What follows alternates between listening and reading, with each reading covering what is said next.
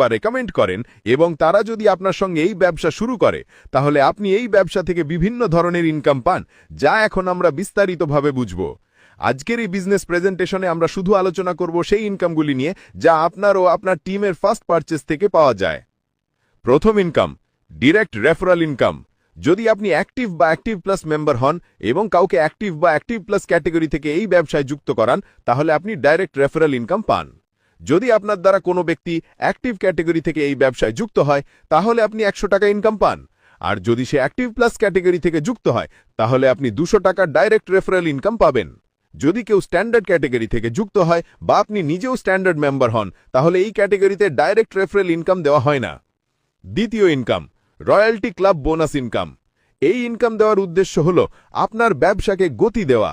যেদিন আপনি এই ব্যবসায় রেজিস্টার করেন সেই দিন থেকে পরবর্তী 15 দিনের মধ্যে যদি আপনি আপনার আইডি অ্যাক্টিভেট করেন